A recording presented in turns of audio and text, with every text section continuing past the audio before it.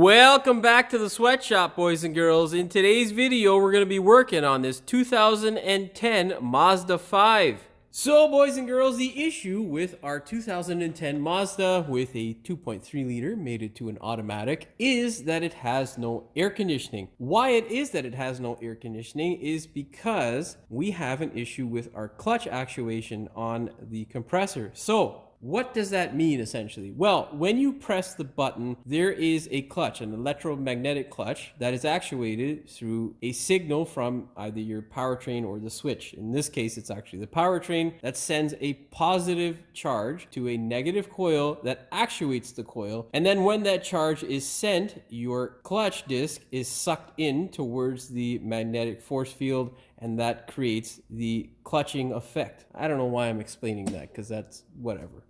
Anyhow, this is essentially what happens. Your clutch is supposed to be sucked up against the pulley that has the electromagnetic clutch attached to it. And then, of course, when it engages, it's supposed to turn your compressor, which gives you that nice cold air. Now, what I have done, of course, is two things. Check to see whether we have a leak, because that is generally the most common issue with any air conditioning problem or fault. We checked it with our little gauge. You don't really need any specialty tools. If you have any sort of gauge, you can tell. Do not use anything other than a gauge. If you don't have one, don't use a screwdriver. Don't use any of that sort of stuff just to check and see if there's pressure. You need to use a gauge. So go to a professional. The reason being is, of course, as I've talked about in my previous videos, is air conditioning is a dangerous system. On the high side, there is quite a bit of pressure, especially when running, and it is very toxic. So lead's done enough damage to our brain cells and IQ over the last 30 or 40 years, or how many ever years it's been in use. Leaded gas has done a terrible thing to our society, making us literally dumber. So I can only imagine what Freon will do to you, boys and girls. So yeah,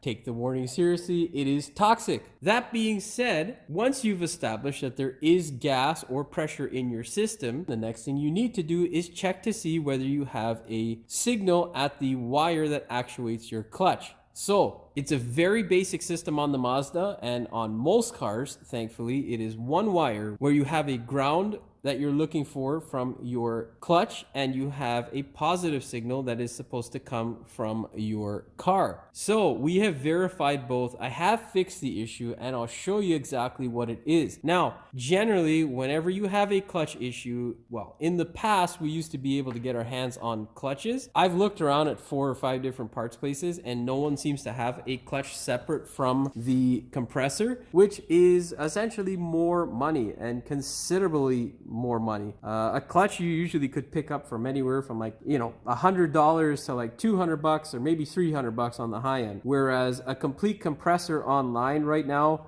is ranging from about $350 on the low end to about $600 with shipping. Locally, I got a price of $769, which is ridiculous. Now, that of course does not include the price of gas or charge and the time or labor to remove it. And of course, one of the nice things, sarcastically of course, about the Mazda is it has a stupid stretch fit belt, which, God, what a stupid thing. I can't stand working with them. But regardless, it's a little bit easier to put it on when the compressor is loose. You can angle it and then use the bolts to... That's another video. When I actually replace one, boys and girls, I'll tell you about that. Now, what I'm going to show you in this is exactly what I did. A lot of people don't know this for the Mazdas. Once you have verified that your clutch actually is functioning, and that your electromagnetic portion of the clutch is fine, and that you still have some clutch material left on your compressor end of the clutch, then you can go ahead and still use it. A lot of the Mazdas from like 2003 all the way up to like I think 2010 or 12, any of the ones that were 2 liter or 2.3 where the compressor was on the bottom of the engine that used that stupid stretch fit belt, use these shims inside of the clutch. You can remove these shims and you should be able to actuate your clutch. Now, essentially what happens is over time the clutch wears down. So this is not a permanent fix per se, and I don't know how long it's going to last, but it will save the customer a considerable amount of money right now. And if you guys are, like the rest of us out here, ain't nobody got no money, son. things are pretty rough right now. So if I can, which in this case I can, and I don't know for how long, I'm definitely going to save my customers some money. That being said, boys and girls, you will need a number of tools. If you have a test light, you can work with that. I use a power probe, which makes my life quite a bit easier. I'll show you how that process works. Second thing you'll need is a 10 mil. The 10 mil, of course, is to get the tray that's underneath the vehicle off. The little clips, of course, if you're in the Rust Belt, will be seized into place like no other. It literally took me about half an hour to get the stupid tray off, and it took me about a half an hour to fix the AC compressor with the diagnosis process. So it shows you there what a pain in the ass rust can be.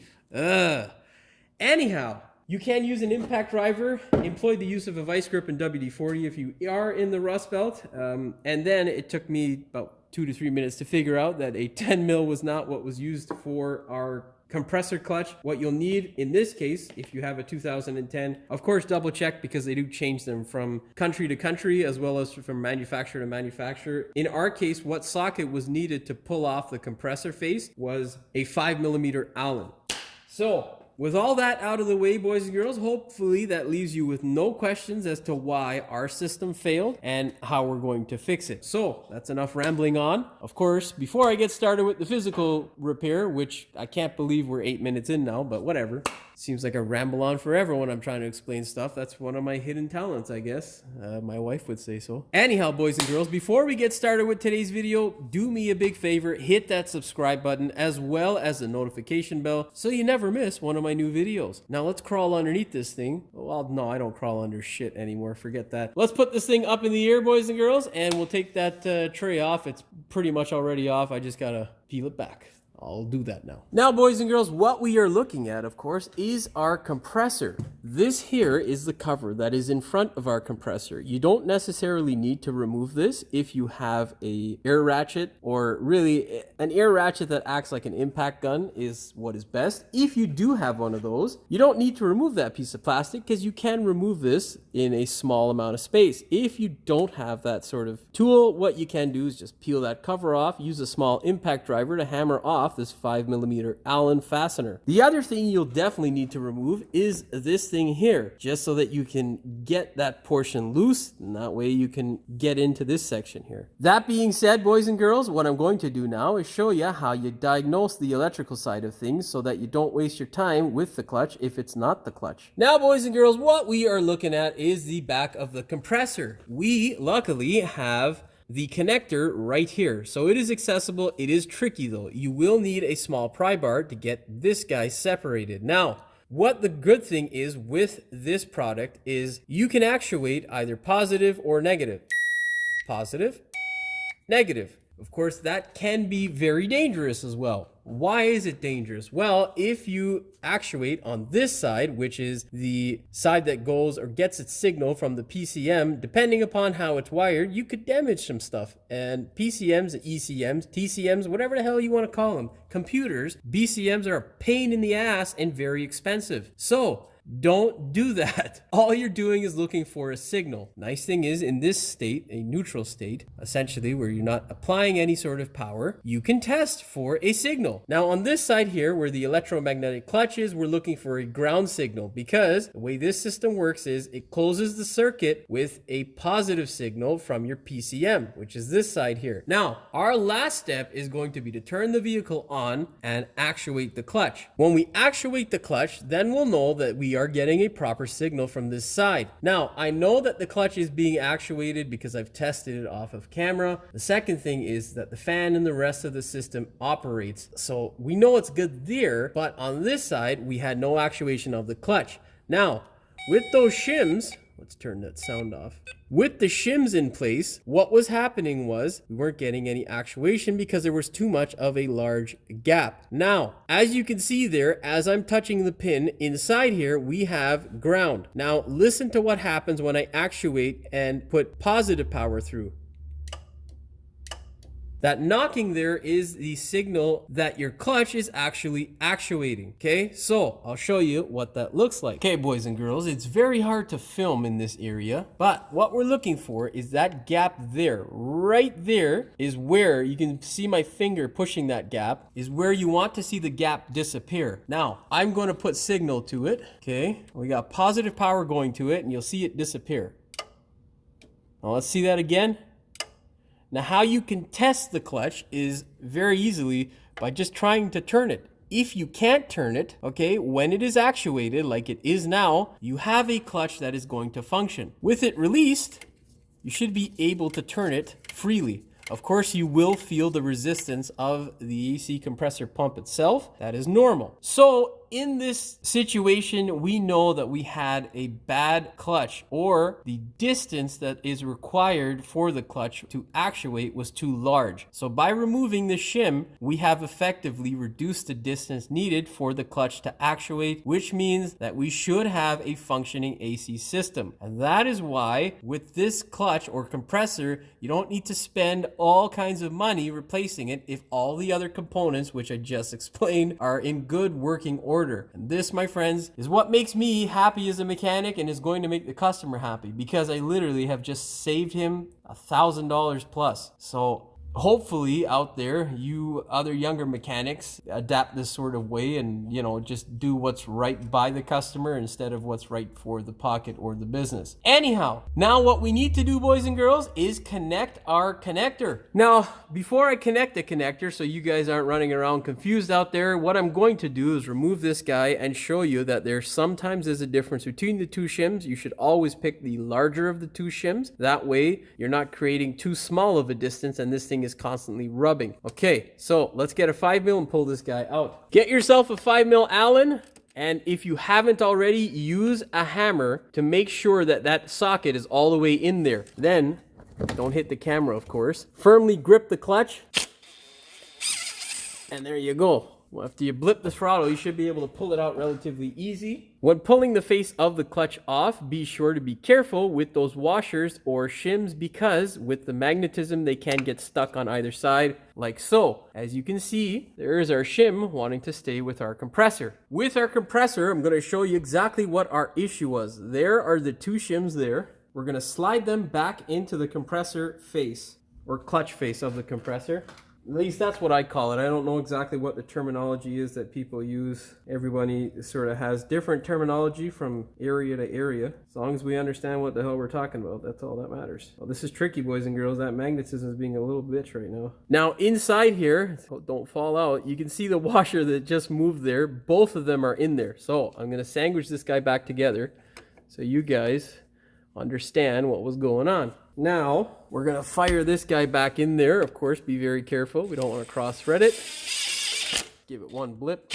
Now, I'm going to actuate it, and then you'll see exactly what the issue is. You'll also see the difference in gap. Okay, let's try and do this from the front, so everybody can get a good vision. Okay, boys and girls, so right here, where my fingernail is essentially, or the tip of my finger, is the gap that I want you to look at. Now I'm going to go around to the back and actuate this thing, and you will see what the issue is. Now I've applied power to it, and there is a little bit of force, but it's not gripping until I push it. Now when I release it, you'll see. So we'll hit it again, and nothing happens. Just a slight grab there, but nothing special. That's going to work. When you push it though, there you go. But it is slipping still because the grip isn't as strong. Now that's because these springs on the front of the face here obviously are stronger than the magnetic grip that's being formed by the clutch.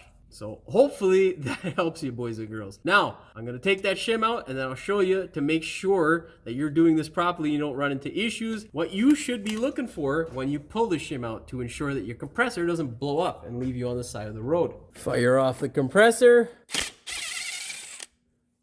Pull off the face gently. Keep an eye on those two washers. We got 1 and 2. Okay.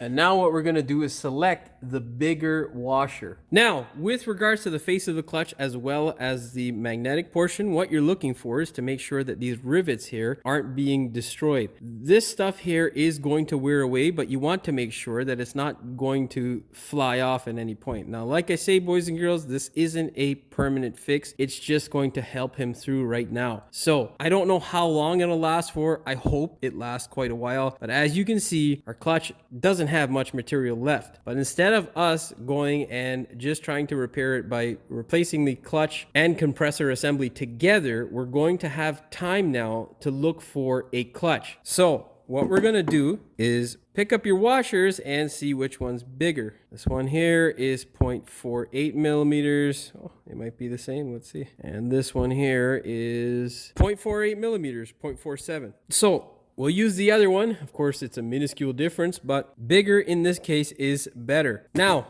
this, boys and girls, will get us through. He'll have some air conditioning and we'll have some more time to actually look for a clutch, which is going to save him a considerable amount. Now, I hope to God we can find one with all the supply chain crap and whatever's going on. So hope for the best, fingers crossed. Let's shove this thing back in the car and we'll have some AC for a while. Now, what's going to happen essentially if we don't have the clutch and this guy is continued to be used, eventually these springs or the rivets that hold the spring will come loose and this will have a catastrophic failure. But at that point, we'll need a clutch anyhow and compressors, so it doesn't really make much of a difference, does it? Let's go shove it in the car. Go ahead, boys and girls, grab your compressor face or clutch face and slide it on in. You can apply a little bit of silicone lubricant. I don't usually suggest applying any real lubricant to the back of this area on the spline section. The reason being is because there is a seal on that side. And if you know what happens with grease, it likes to collect all kinds of dust, sand, and crap. And what's being produced here? Rust and crap, which will kill your seal eventually and you'll have a leak from the compressor. And at that point, you'll need a new compressor. So silicone lubricant, if anything. Then what you want to do is apply some Loctite to your bolt, of course, and cinch it back home. I don't have any red ones, so blue is better than no Loctite. Or you can always use Mortite, which is just crank on it just before you break it, let off, which is not always advisable. I don't know what the proper torque is for this, so we're gonna give it a couple of blips. That should be good to go there, boys and girls. Now, let's slide this guy back into place and take this guy here and connect it. Yeah, you should always hear that clip because if you don't, well, something ain't right, okay? Now, you gotta clamp this guy back. You can't smash the bastard with a punch and hammer. What you need to do is get a pry bar and just push it back in towards the compressor body. Now, if you can't, make sure you utilize a zip tie or something in order to make sure that this guy doesn't slide out of place, because there is a sensor back here, which is also a problem with these compressors, that likes to take a shit.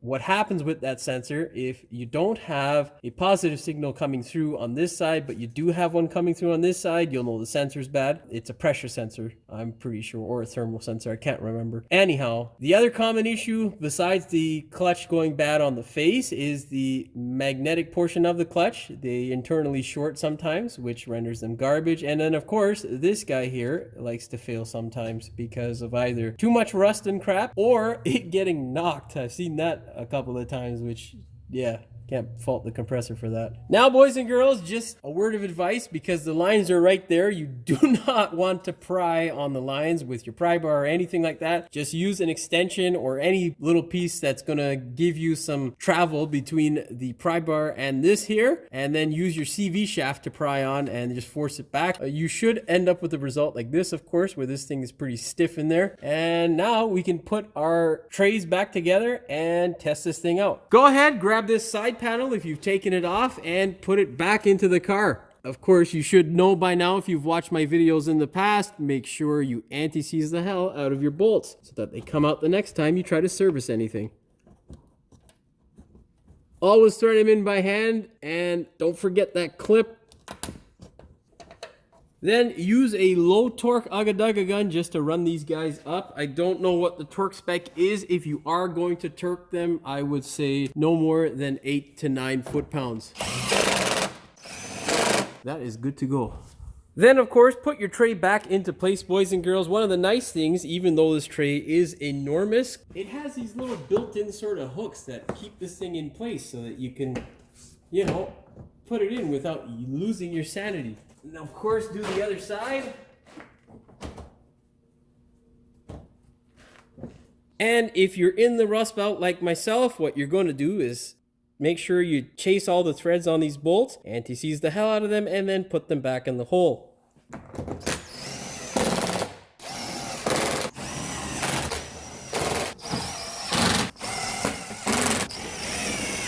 There are 7 of them in total, and yes, I am that confident that I've put everything back together without checking my work. Anyhow, let's go check my work. Now, boys and girls, I can't remember if I said, but I don't know the torque for the clutch compressor face, and I don't, just make sure it doesn't come off. That's how tight it should be. Second thing, boys and girls, is make sure once you put the washer in, you want to rotate the thing to make sure it's free and it's not binding up on the compressor housing or any other piece on the compressor. Third thing, give it a test like we're about to do now. So fire it up and then listen for any funny noises coming from the compressor, and if there are, then shut it back down right away, and then you're kind of screwed.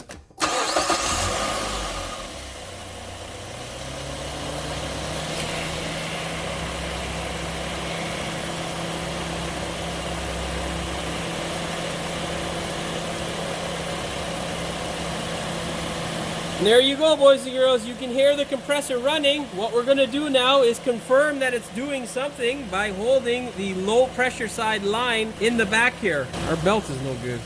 And it just stopped running, which means that it's running with good pressure